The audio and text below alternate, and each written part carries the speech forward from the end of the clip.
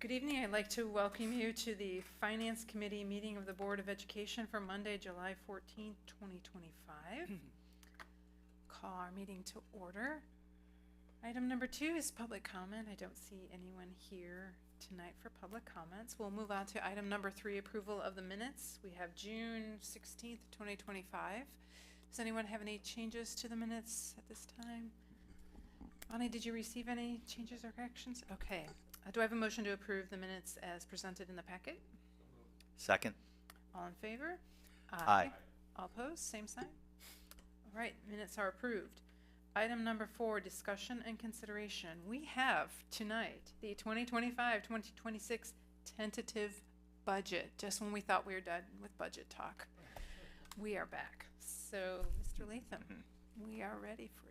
All right, well, good evening to the Finance Committee. I'm sorry I missed the last meeting. It's probably a good opportunity for Adrian to come before you and talk to you about our finances. So I'm going to follow up from that conversation with the 25-26 tentative budget. It goes from July 1st of 25 through June 30th of 26, and we're going to call that our fiscal year 2026.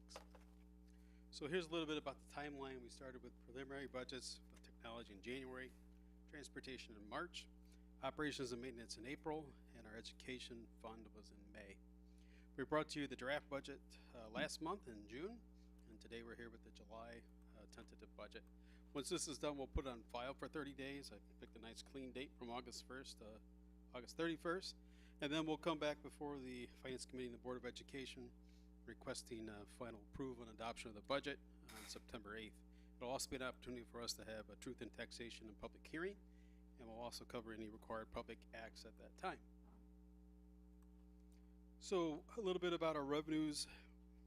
They're focused primarily at the local level. Those are really just primarily taxes, but they also include other things that we would receive, such as registration fees, parking fees, items of that nature. Our state revenues are primarily our evidence-based funding, which is consistent over the years because we're of the tier status that we are. And then lastly, any state reimbursements that we have. And then our federal are grants such as like our IDEA. Our expenses are our salaries. Those are basically contractual. Those are through collective bargaining agreements, and those are working agreements. We provide employee benefits, which are primarily health benefits, but also would include areas such as our pension obligations through IMRF and TRS. Our purchase services, those are usually professional services that we acquire. Think of things, I always say, the easiest ones to remember are architects and engineers and legal fees. And then lastly, our supplies and materials, which is our daily items that we need. Everything from doorknobs or dish soap. And then lastly is our capital outlay, which are $3,000 or more, part of our capital projects. So they can also be embedded in a particular fund, but also into our Fund 60, which is our capital projects. Other objects are mostly our tuition that we have. They also include our debt service and any transfers. And then lastly, our non-capital are less than $3,000. And then our fund balances are estimated at the end of June, and they don't become final until we have our external audit completed. So some of our considerations are equal assessed value trends. Is the property value in our school district trending upward, and therefore has more value? What we receive for the 2024 estimated tax year levy, so those are receipts of taxes we get in 2025. May and June fall in the current fiscal year, and July through our last payment in either October or November come in fiscal year 25-26. So we do review those tax receipts. So tonight you'll see some changes in our revenue. You'll see that primarily because we always would anticipate a 50-50 split between the two revenue receipts of those taxes. But sometimes some people have those escrowed, they pay more. So you're going to see a little bit of adjustment more to like that 52%, 48%. So you'll see some of our revenue go up because I have the levy, we received at least 2 payments, and I've adjusted the taxes between the years, and then I can forecast out what a levy might look like when I come back in December for the 25 tax year payable in 26. And then our estimated personal property replacement tax, that is anticipated to go down dramatically. Our school fees, which is registration, participation, athletic, I put other, but other always means parking to me. And our interest income. So when you see our fund balance go down, that also means I have a smaller pool to invest. So I pulled back our interest income for 2 reasons: the amount I can invest, and also my estimation of a less return on investment because of the rates. And then our state revenue is basically based upon our evidence-based funding. I put about 2.144 million in the education fund and 2.144 million in the operations and maintenance fund. We also have any title grants, so you'll see some adjustments today. I did have a chance to review some of our grants, so we have an idea what will be our final claim that will come in as revenue, but also what some of those expenses are. I have reduced or increased some of those based upon some grant funding.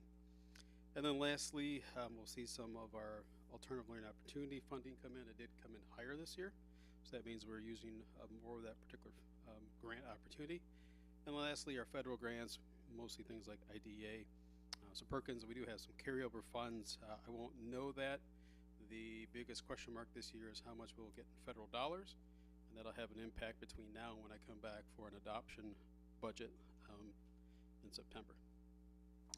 So here are some other considerations. I always anticipate full staffing and all of our part-time FTE included in the budget. Our employee benefits, which is our federal income tax, our Medicare, IMRF, our TRS, which those two are pensions, and our health plans that we have, our HMO, PPO, also includes dental and life when we offer a health package. And then our purchase services, keep in mind too, that also includes professional development. So that is something that occurs across the district. And almost every employee that we have receives some kind of professional development because that's something we focus on more and more each year. Supplies and materials are always affected by inflationary costs. Inflation seems to be continuing trending downward in the 2.4%, but that's smoothed out over the year before we get to the actual CPI. And then we also have availability of some of the items. It's gotten much better over the years. Capital outlay, I mentioned, has a threshold to it. Our other objects are our tuition, debt service, and our transfers, and then our non-capital has below the threshold. One of the issues that'll happen between now and when I come back is a more better number. That's a technical term, more better number from our auditors, because I'll have a chance to sit with them, go through our financials for last year, and make any adjusting journal entries that we have to kind of true up anything. And then lastly is our capital plan. We still had some funds left over from when we levied before, and we're still spending those down. You'll see that in the capital plan tonight. All right, so I'm going to focus on the tentative budget only. Then I'm going to explain to you why some of those numbers have changed. So this is the estimated education fund. Our local dollars are $77,363,750. Most of that adjustment that has gone up is that those taxes I mentioned. So I went back and looked to see when we received taxes, and I made that adjustment off of what we received. And then I'll also make the forecast out for what CPI and a levy might look like. And then our state revenue for the ed fund is $3,316,272, and that's pretty stable for the most part. There's just a little bit of claim that we had that will come into this particular year. And then lastly, our federal dollars of $1,800,000. And I had already reduced those, as you can see, from what we would have got in 25 into 26, so I didn't make too much of adjustment. There are some final grant dollars that we had. So I estimate at this point in time $82,484,022 as the estimated revenue for education fund. And please stop me at any time if you have questions. All right, a little bit about our expense side. So our tentative budget for salaries did increase to $58,297,105.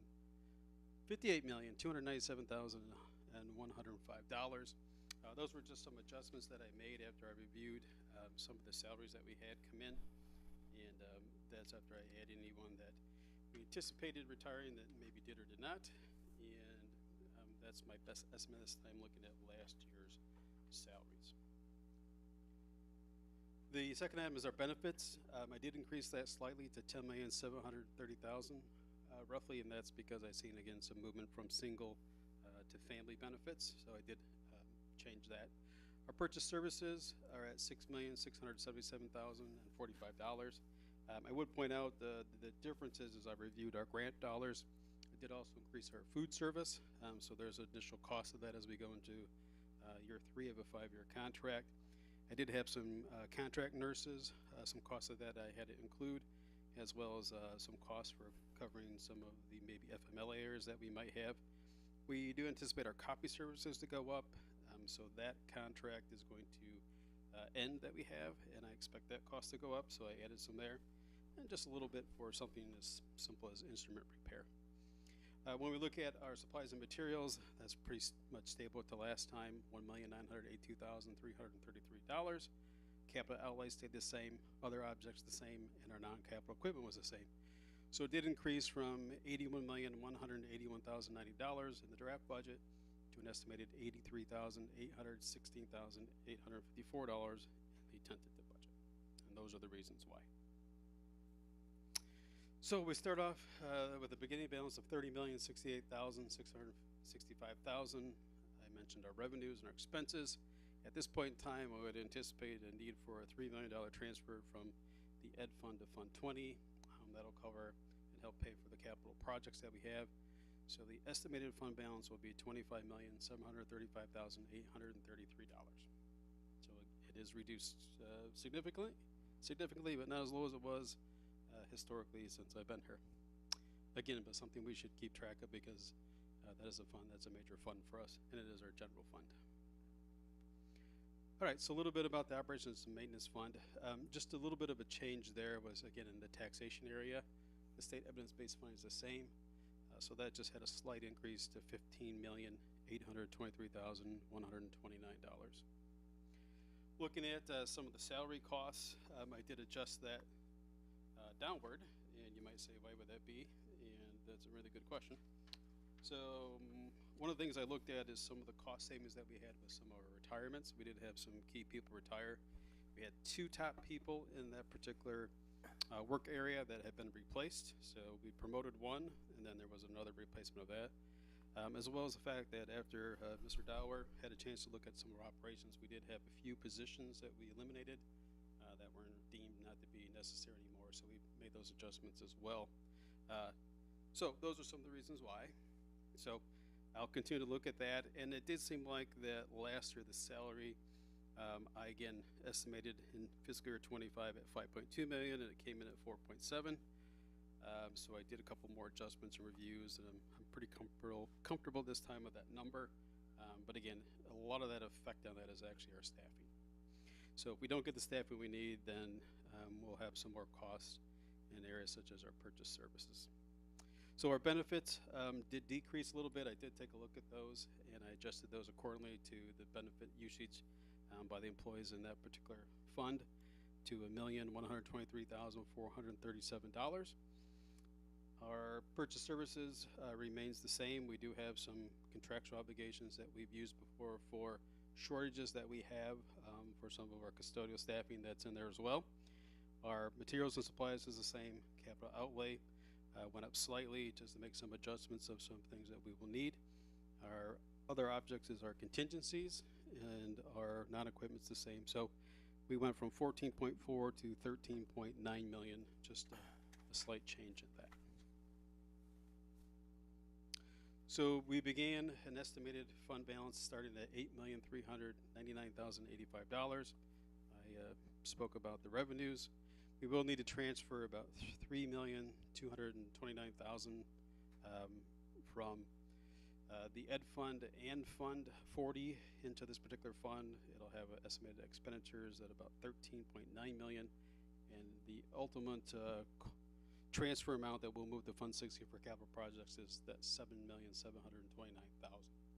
leaving this fund an estimated balance of $5,708,515, and so that's being drawn down as well.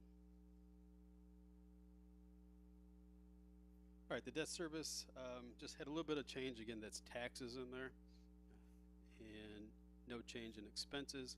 So just a slight increase in this particular fund balance. One of the areas that we will take a look at is some of our interest income. We may reallocate that to some different funds that we can use those funds better. I did notice from when I started here to now we seem to accumulate some of our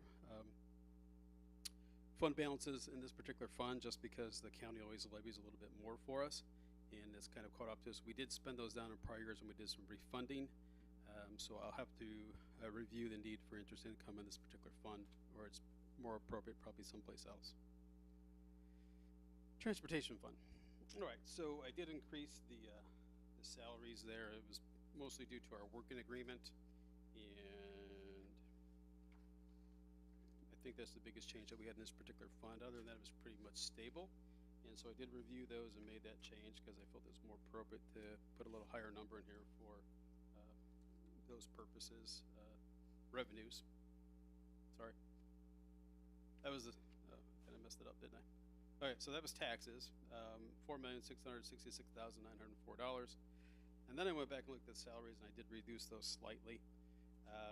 Nothing more than just reviewing what some of our costs have been out there. We did have some retirees. Superintendent knows that as well. We went out for a couple of those, so we did have some longer-term drivers that had retired, so I adjusted that accordingly. Other than that, pretty much the rest of this particular fund is the same. So it went from $5.1 million to $5,028,186. I will note that the capital outlay for $1.4 million is our bus purchases for next year. All right, so we start off with a $5,038,067 fund balance. Our revenues were $4,666,904. That's the expenditures that we've mentioned. We will be moving the $229,000 over to Fund 20. That will cover some items such as the addition of the extra propane tank, as well as some of the parking lot costs that we had in there. So this will leave the fund balance of $4,447,785. So the reason the fund got so high, as you recall, is because we didn't buy buses, so we are spending that down.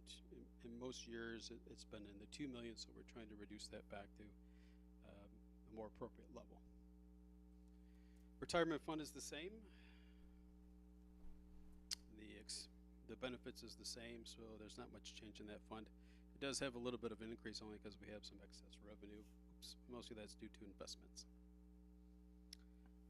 This is our capital project, so we estimate $125,000. That's interest income only, and then I laid out for you how the funds will come over from some of the other areas. So some of the funds will move into O&M and Fund 20, and they'll move out in this Fund 60. So $3 million in education, the $229,000 I mentioned in transportation, and then the total amount then will come out. We'll need about $4.5 million out of the O&M fund to make the capital project fund work this year. So in total, we look at about $8,034,379 of capital outlay we'll be spending this year if the board approves the capital projects that are there. So we did have a fund balance of $1.2 million. That is our revenues as stated. Those are expenditures. Those will be the transfers. And then we'll end up with a little bit of decrease in the fund balance of $1,023,430,000. That still allows a fair amount of cushion there to absorb anything that we have, any changeovers or extras. As you know, we have had a couple projects that we had to go back and get some additional funds to make some of those work, such as stabilizing the base for some of our parking areas.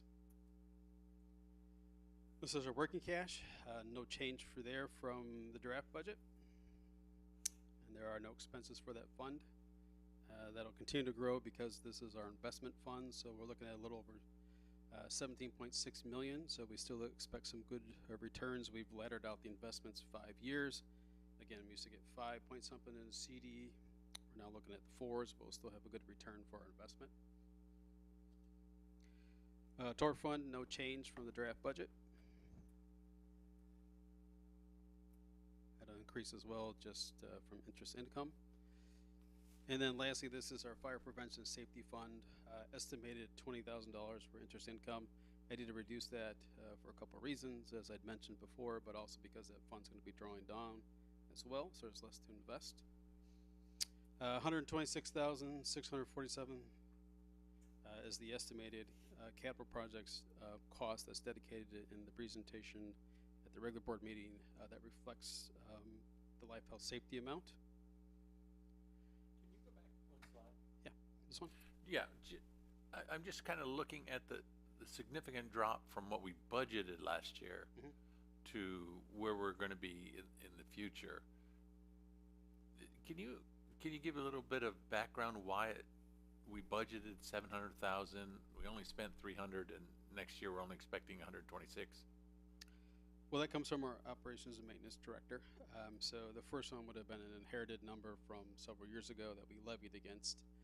There probably are some items still left on there that might be a B or C item that we haven't gotten to yet, that were originally planned to be completed.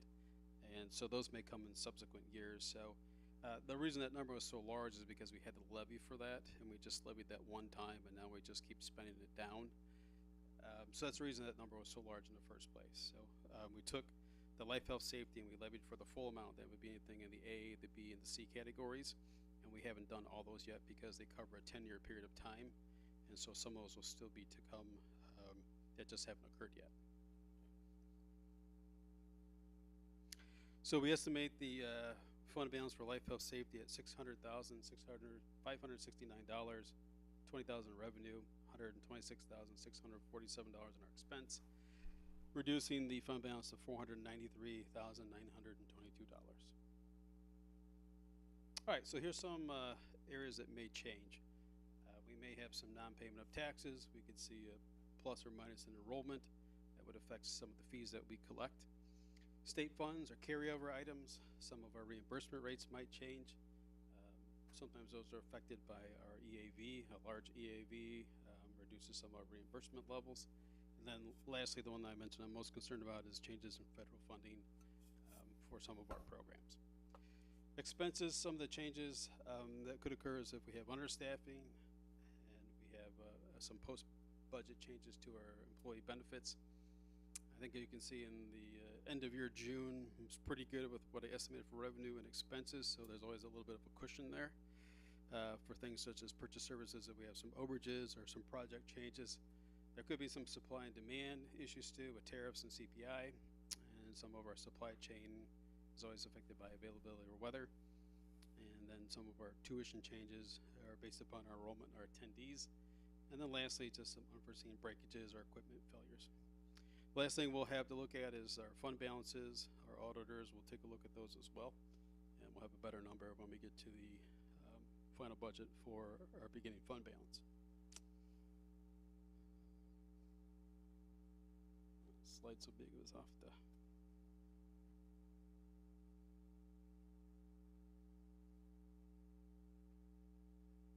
Okay, so this is the total revenue that was estimated. The last line is the $20,000 for the fire safety. So for the fiscal year 25-26, the total revenue was $122,169,923. And this is our estimated expenditures. I should have came down here and made this slide fit. Estimated expenditures are $128,577,990. So we have more expenses than we have revenue. That last item on the far right was our fire safety at $126,647. So this is the big picture. So we estimate all of the beginning fund balances at $74,576,153. Our total revenues of $122,169,923. Our total expenditures of $128,577,990, leaving us an estimated fund balance of $68,168,086. That would include and accounted for our fund transfers that would occur to fund our capital projects. When I went back and just looked at some of our revenue to expenses, the only areas that we had some deficits were in Fund 10 and Fund 40, and the rest of the funds had positive numbers, with the exception of, Fund 90 had a negative number as well, just because it has a limited revenue capability. So overall, very confident. This looks like a pretty good budget at this point, and we'll just make some final changes before we bring it to the board for adoption. So this is You could just go back one slide. I'm Yeah. sorry, I just wanted to look at. Yeah. Balance, okay. There's a percentage you have to be above before you have to submit a plan to the state. What is that percentage of your total budget? Is it 33% or something like that? You can't be below. If you're below that, you have to submit. Well, we have a fund balance policy in general for all of our funds. What it really looks at is I can't go into the negative. So even though I can have a negative from revenue minus expenditures, it really comes down to a negative fund balance, and none Right. of our funds have a negative fund balance. It's an automatic calculation. It flags it. It just makes me report a way to correct it. So I don't foresee it in this particular budget as well, just because our fund balances are there. Every one of them had a positive fund balance, so I don't foresee us having to run into the issue with the state and our reporting when we submit the budget. So it just has to be positive, or did it? It does, or all of them together create some undue. Okay, so there's not a percentages. Right. I, I thought there was a percentage as well, but. Yeah. Okay. thought we talked about that previously, but okay, must be wrong. Yeah, I mean, we follow our own fund balance policy, but the state does that if you go below a level. I don't think we've reached it. I'll have to research if there actually is one per fund. I just follow one in the aggregate. I understand. I do think that's what we're talking, one in the aggregate, not one per fund. Per fund, right. Yeah, Yeah. right, yeah, in the yeah, aggregate, yeah. and I feel like I should know that off the top of my head, 30 or 35, around Okay. one of Yeah, those. 30 is our policy. 30's the policy. 30, okay. There you go, Alright, that's, the number I was okay. And then just again, the timeline that we'll try to finish all this up. I did originally try to anticipate us passing this the second meeting that we would have in August. I did push it back. A couple reasons. One, I'm selfish and my son's getting married, so I didn't want to rush the budget. But also, there's two benefits to having it in September. The audit will be done by that point. I need just a little bit more time with the new financial system to import the data, export it into the state fund, because we always have what we call exceptions. They don't line up perfectly in account numbers. I have to do that by hand. So with the new system, I wanted to allocate myself some more time to test it, proof it before I delivered it. At the last adoption meeting in September, it also gives me a chance to see what some of the payroll numbers look like from the first payroll run, which should be all the hires we have to start the school year. And then lastly, it will come to you in the actual state form, but I'll still give you a presentation much like tonight, but also embedded in that summary page from the state form, but you will also get the state form. So, all right, I believe that concludes my presentation. When do we have to have it in by? The end of September. End of September. Okay. So we'll have a chance to still, if there's an issue, have one more meeting before we have to pass it and file it with the county and the state. Okay, that concludes my presentation. The only other question, thank you for all this, and it looks like a good budget for next year. My question is in regard to if there is, I know we're gonna talk about it tonight, but the cash in lieu and for the if money from that comes in, where does that hit the revenue? What line item would that be? Yeah, so that's a restricted amount of revenue that goes into the operations and maintenance fund. Oh, So, it does, okay. currently, I can tell you what that number is.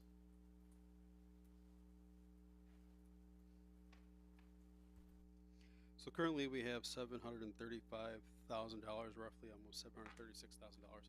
It would go into that as well, and then we're required to spend it within a period of time, but it has to be spent to benefit all the children of that development. So I can give you an example where I tried to spend it once, but I was given legal advice not to. So when we did the transportation expansion, I asked if we could use those funds, and I was advised probably not, because not all those students would ride a bus. Probably more appropriate when we look at our capital plan down the road to move some of those funds out of Fund 20 for those developer fees and use those for improvements on the high school, because all students would theoretically go to the high school or the middle school. But I think that's probably the best use. So at some point we may move those funds out and use those and let the new funds from future development come in and go into that particular category. And I have to do that by law to segregate those. Yeah. Okay, thank you. Any other questions? All right, thank you very much Thank you. for that. Okay, item number 5, future agenda items. As we just discussed, we will have the 2025-2026 final budget coming up in another meeting. Number 6, items for recommendation to the full board. We have the 2025-2026 tentative budget to move on. Do I have a motion to move that to the full board? So moved. All in favor say aye. Aye. Aye. All opposed, same sign. All right, we move that on to the full board. Item number 7 is information legislative update. I don't have anything, Dr. Barrett, for No, the nothing to meeting? share today. Okay, that leads us to item 8, adjournment. I'll make a motion to adjourn. Second. All right, all in favor? Aye. All right, we stand adjourned. Thank you.